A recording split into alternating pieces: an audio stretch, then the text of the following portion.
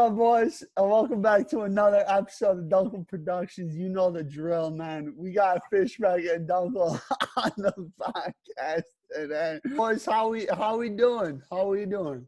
Good, real good. I've been waiting to get this started for over an hour now. I said 6 a.m. It's now 7:15, so whatever. It's an hour and 15 minutes. That is an hour and 15 minutes. Well, I mean, hey, Fish, at least me and Dunk were up at 6, unlike you. Well, I was up. All right, but let's get into it, guys. Fishback, I'll give the floor to you first. What were your thoughts on the 49ers-Packer game? And where do you think Davante Adams and Aaron Rodgers rank between quarterback wide receiver combos in the NFL? So I'll tackle the second one first. Davante Adams and Aaron Rodgers. I mean, they're obviously, I think, probably the best tandem, and that's not just my Packer fan homerness coming out. I mean, you could argue other tandems, but I don't know of any two that have chemistry like those two have. So the problem I have with the Packers really has nothing to do with their offense per se. I know there's been a lot made of them not going out and getting a wide receiver at the trade deadline or not drafting a wide receiver, and then add insult to injury, they go after Jordan Love with their first-round draft pick when they obviously probably should have gotten another weapon that could help them now. And then add more insult to that insult. Jordan Love's not even our backup quarterback, which I find amusing as well. He's third string and or not dressed and now has COVID on top of that. So that's kind of hilarious. But my issues with the Packers don't really have anything to do with them on the offensive side of the ball. I think they have enough weapons on that side to compete with just about anybody out there. Obviously, I know that they struggled in that Tampa game with holding up against their defensive line, and really we weren't able to do anything. I mean, I know we got off to an early start there, but I thought even in that early start in that Tampa game, we didn't look great. We got fortunate, and then Tampa was able to shut us down. Our issues are on the defensive side of the ball, same as they were last year. And at the trade deadline, that's where I would have liked to have seen them do something. But as I was kind of thinking about that, I mean, all three of us, and probably anybody listening to this, probably expected what happened, and the fact that the Packers didn't really go out and do anything. We haven't done anything under current leadership, and since Aaron Rodgers has been in town, we haven't done anything to make a splash in free agency ever, period. Since the Reggie White days, really, we haven't done anything. So, and I think that's the Packers' MO. I think it's the way we play the game. I think it's the way we draft. I think it's the way we go out and try to attract talent to be on our team. I think the Packers structure themselves for slow and steady wins the race. I think that they're a team that's destined just to be good for a very long period of time, but don't want to risk what's necessary to do to be great or to go win a Super Bowl. And unless barring injuries to other teams, Tampa Bay taking a stumble, Seattle taking a stumble, New Orleans possibly taking a stumble. I think all of those teams, and I could probably name more, are probably better suited to come out of the NFC. I know Tampa's out of the AFC, but you know what I mean. I think those teams are significantly better than our Green Bay Packers, unfortunately. And like I said, more so because of their ineptitude on the defensive side of the ball. If we get up in cold weather games late in the year, and we're showing now in warm weather games in the middle part of the year against a team that has a decent offensive line and a running game, especially a perimeter running game, we just don't have the ability to stop that or even slow it down, really. Dunk, go ahead. Well, I think the GM last year did a good job with free agency with the brothers and then Amos. But I agree with Fishbeck. Our problems are on the defensive side. We definitely need to get a run stopper. I think our new GM is a little bit better than Big Ted, but I don't know if it's Mark Murphy or the GM or both. But, as Packer fans, we should be disappointed that they didn't really do anything in free agency on the defensive side. Offensively, I mean, I know that we scored 34 points against a wounded 49er team, but I think we've scored 30 plus points in most of our games this year. I'm more worried about our defense, because I think it was their third or fourth string quarterback that threw for 291 yards against us, which is really bad. We're last with turnovers this year, and last year we had many. So all of our issues are on defense. And I agree with Fishbeck, when we get into the playoffs and we get into cold weather and or a good team that has good D-line and O-line, we'll struggle. So I'll be interested to see what happens when we play Tennessee later this year, because they love to run the ball and they're a big bruising defensive team as well. Mm-hmm. Yeah, I think you guys made a lot of good points. I think Rodgers and Adams are without question the best in the league. I mean, you look at this year, Devontae's played, I believe it's 5.5 games. He's suited up for 6, but only played in half of the 6th game, and he's unbelievable. He's having a great year so far. I really think it points to just how good of a route runner he is. I mean, he runs routes, they're so crisp, and obviously when you have Aaron with all that accuracy, I mean, you talk about that tandem, and there's no one better than that in the NFL. I would say probably the closest one, in my opinion, would probably be Breeze and Michael Thomas. I mean, that's one of the ones where I would say that's probably up there or second. And then I would go Brady and probably Mike Evans, number 3, but that's besides the point. But I like a lot of what you guys said. I think definitely a deadline move would have been good. I really wanted us to go after Quinnen Williams. The Jets had made it known that they wanted to get rid of him. He's a good young talent. He's definitely a really good run stopper. He's someone that can also get pressure on the quarterback when need be. So I would have loved to see that. Obviously, I was saying Will Fuller all throughout the year. I've been here. I was hearing rumors from the off season that they wanted to trade for him, and they never did. They never could get that done, and that really shows that they really don't care. I mean, our ceiling this year, I mean, if we make a move, we could have easily been the representative out of the NFC.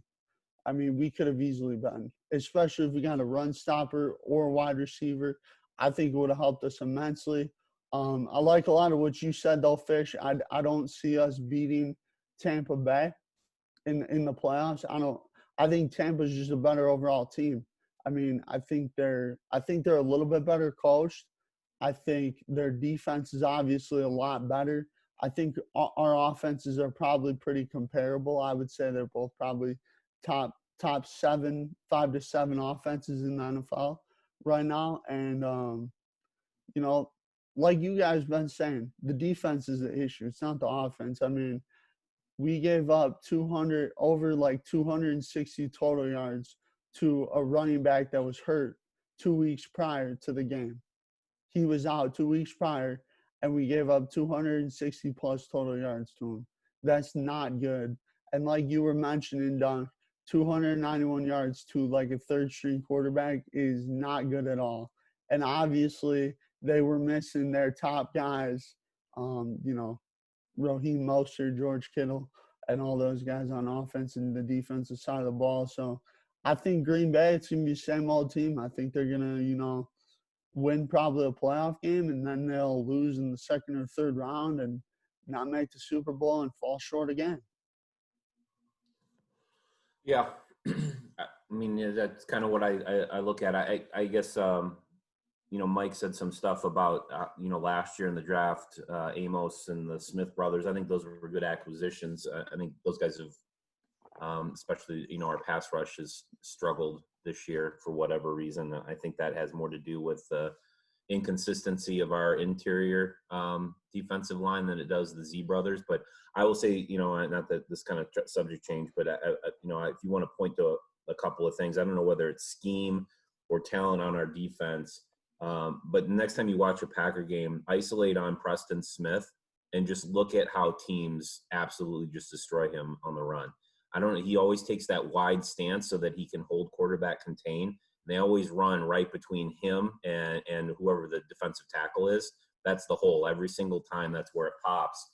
And in our secondary, middle linebacker, has been atrocious for quite some time. We really haven't had a run stuffing linebacking core in quite some time. And then, if we do try to commit 7, 8, 9 guys to the box to stop the run, then we're susceptible to giving up big chunks of yardage on passing downs. I will say this about the 49er game. I realize that on paper the pass defense looked atrocious, but unlike both of you, I actually watched that game start to finish. You're welcome. And we had secondary DBs, and I know that San Francisco had their third string in basically, but the majority of those passing yards came very late in the game with blown coverages. We had King out again. Jair went out with a concussion. I'll be honest with you, I'm sick of King as cornerback. That guy just can't seem to stay on the field. He's a potato chip. I was telling Mike lays. today, he's like a baked lay. He's like the thinnest one in the box. He's brittle. The guy's got to figure out a way to stay healthy. But I think our secondary, our DBs and our safeties are probably the strength of our defense. There's a lot of talent there. I'm a big fan of Savage. Commentators keep talking about Jair Alexander as one of the, if not the best cornerback in the game. So hopefully he's all right with that concussion.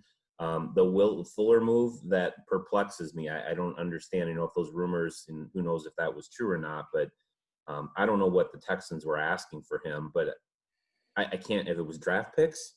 I mean, he's a former number 1 draft pick himself. He plays at a number 1 draft pick level. I don't even think the Texans were asking for a number 1. I heard they were asking for a 2. I don't know whether that's true or not. I think it was a 2, yeah. I'd give up Jordan Love for him in a New York minute. I'd trade him away. I'd trade a 1 for him because and that's what I don't understand about the Packers. You've got a number 1 draft pick type talent that wants to come and play for your team. You don't want to give up a number 1 draft pick to do that. And I understand he's unsigned. He'll be a free agent at the end of the year, but I don't know if it's me, and I think that's the piece I need. Because I guess what the Packers are saying is we don't really care about defense. We're just going to score with every team out there. If we can score a touchdown every single possession, it doesn't matter how bad our defense is. We'll play that bend, don't break, and hope that the other team gets a holding call or personal foul, and then they can't finish that drive, and then we'll try to finish every drive, and we'll just outscore our opponents. We'll win every game, 42-38. I think that's what they're trying to do. But we're not quite there. And I don't think Allen Lazard coming back is necessarily the answer. I think he looks good because of how good Devontae Adams is. I think that he commands, that rollover safety to come and double him or to play coverage of that side. And that makes Allen Lazard look better than he really is when he is in the game. But, I don't know what the answer is there. So here's the deal. They play the Colts in Indy. Really good defense.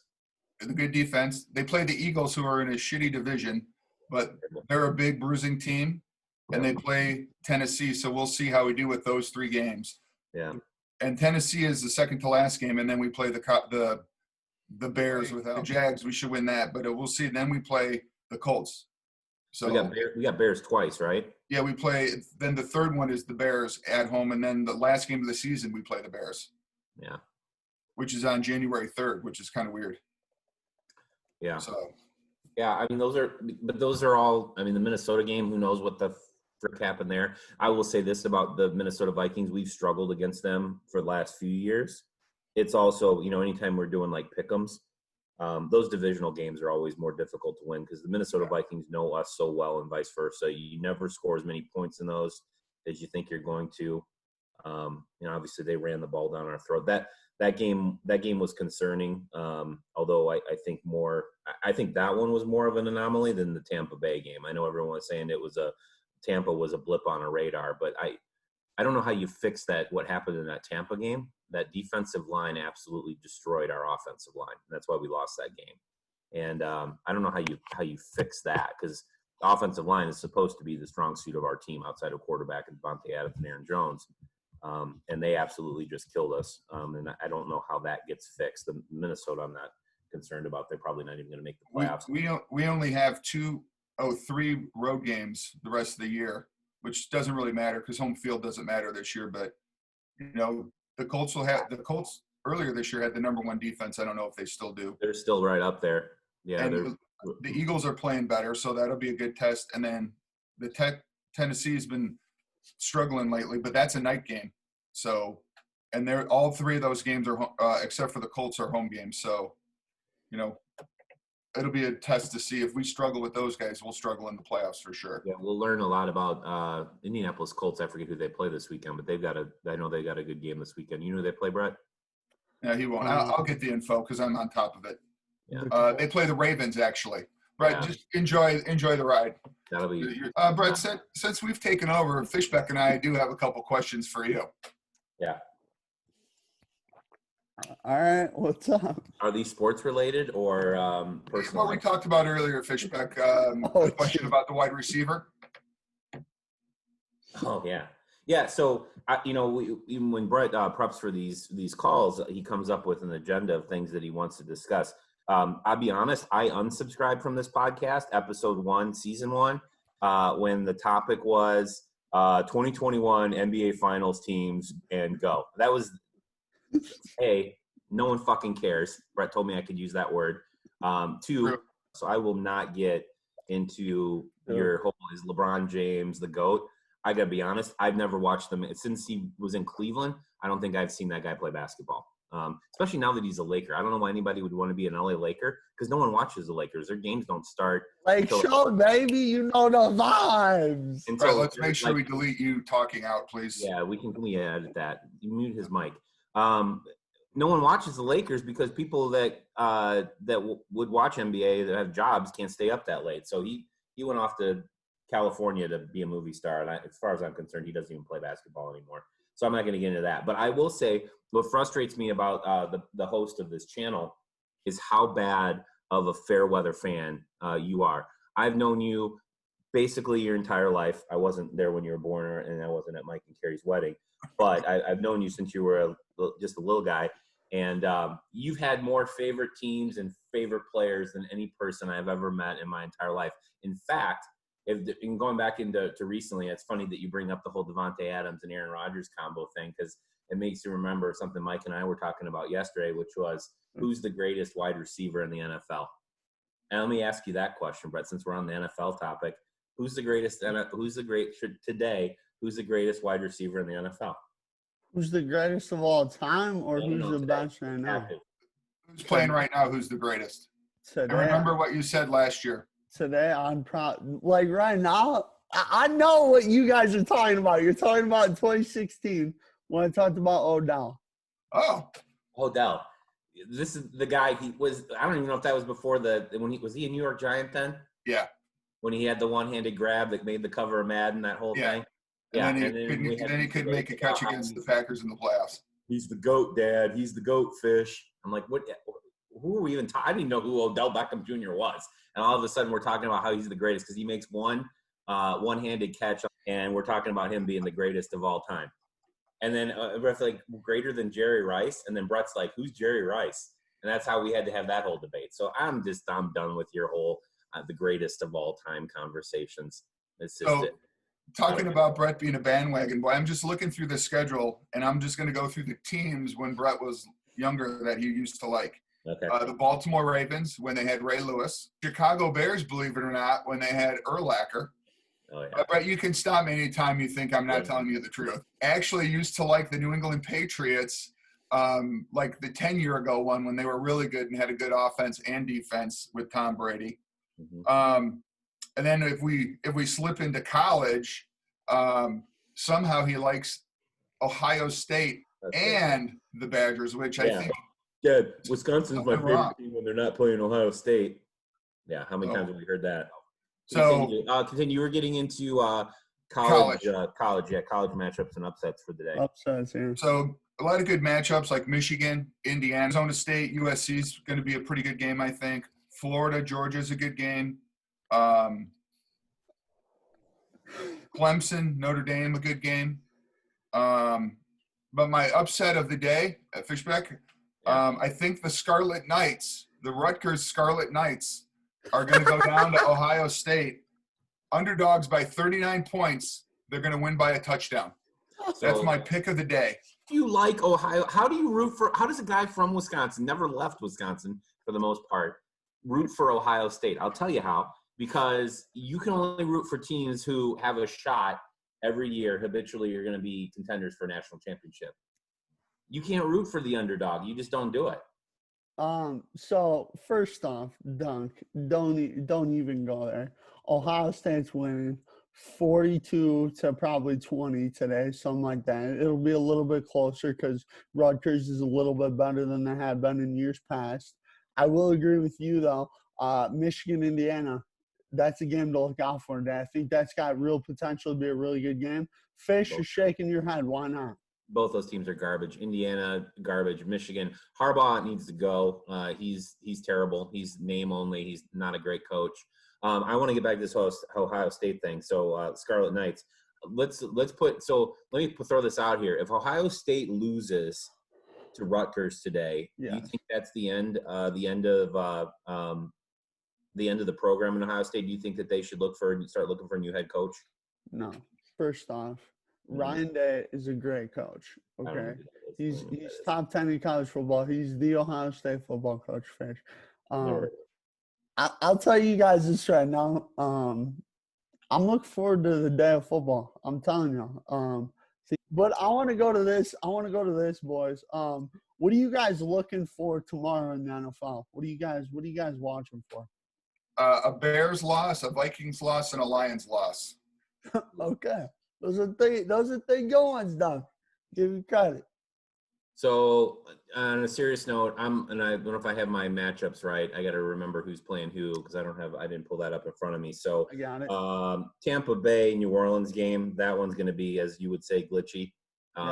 Fishback, I'll tell you the games and you break them down because you'll like this. So, Seattle is at Buffalo. Yeah. So. And Brett's a big fan of picking teams when a West Coast team has to go to the East Coast. Yes, sir. I like Buffalo. I would too normally, except they have looked like dog shit. I don't know if you guys watch. I don't normally watch Buffalo Bills games either, but they have looked really bad the last couple of weeks. Yeah. So next one, Fishback. That's a good game. Bears at Titans. I think the Bears get smoked. Yeah. Don't know about that either. Normally, I would say that Tennessee good run game, Chicago good defense. Chicago Bears, as much as I hate them, that game will be closer than you think. And however they do it, they always find a way to be there at the end. So I'm going to go with Tennessee in that game, but it's way down on my confidence pick. I'm putting that way down towards the bottom of the list. Ravens Colts is an interesting game. Yeah. So that one, again, I haven't watched AFC teams. I don't watch a lot of AFC football because I'm usually got the Packer game on if it's a noon or a 3 game, and I'm more into the NFC stuff. But Baltimore is an anomaly to me because you would ask me a year ago, I thought they were the best team in the NFL or had the most promise. They seem to be on a downward trend, so I'd look out for that one too. I can see. You want to guess what the Fish? Hold on, Doug. Hold on. I want to jump in here real quick. You want to know who called Baltimore losing last year? Me. I called it. I said they were going to lose to Tennessee, and you. Brett, don't interrupt the podcast anymore, Brett, please. The line on that game, Fishback, is even, which I find pretty interesting. It's at Indy, but it's even. I like another. Hey, Fishback, you going to Kansas City? Hey. And then the other one was the Patrick Mahomes jersey. That dude's elite, bro. Go ahead. And the other one is the Saints at Tampa Bay, and Tampa Bay's 4.5 points. And supposedly the Aints have all their players back. I still think there's something to that. Drew Brees has lost a step. I watch him, and he's never had a big cannon arm, obviously. He's a small guy, but he seems to be throwing flutter balls to me.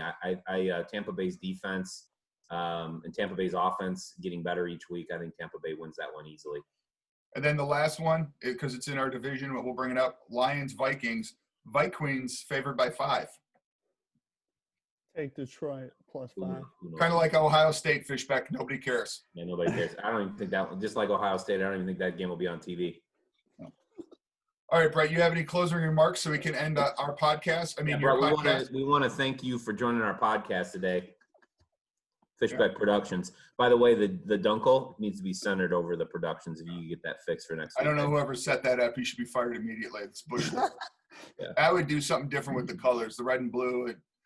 The Duenkel Productions has to stand out more. I don't know what color you put, but maybe you change the blue background to, I don't know, green, gold. I don't know.